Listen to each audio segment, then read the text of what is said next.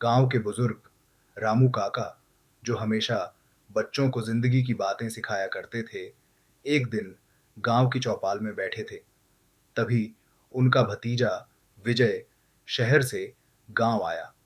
विजय ने कुछ पैसे बचाए थे और अब निवेश करना चाहता था। विजय, काका, सोचा है कुछ पैसे बच गए हैं।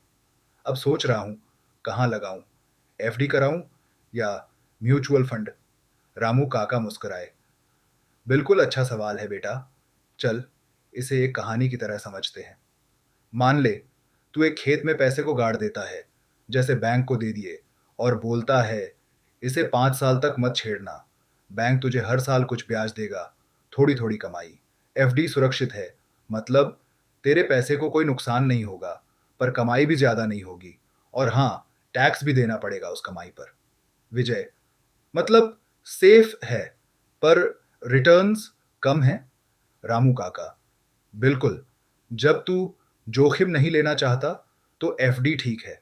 अब चल, दूसरी तरफ मान ले तू पैसा खेत में नहीं बल्कि गांव के कुछ समझदार किसानों को दे देता है, जो तरह तरह की फसल उगाते हैं। गेहूं, धान, फल फूल।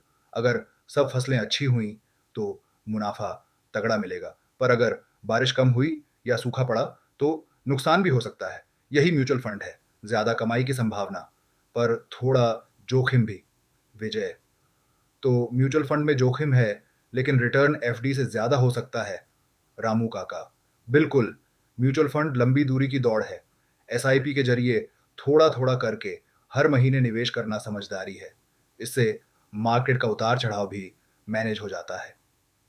रामू काका ने समझाया, एफडी उन लोगों के लिए बेहतर है जो जोखिम नहीं लेना चाहते और पैसों की जरूरत तय समय पर पड़ सकती है।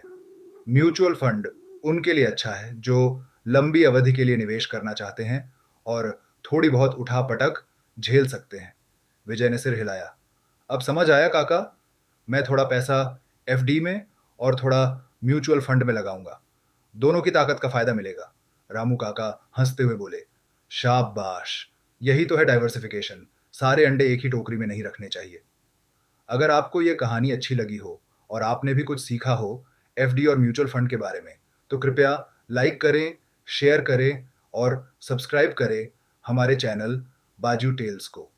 बाजू टेल्स, कहानी सिर्फ सुनो नहीं, जियो भी।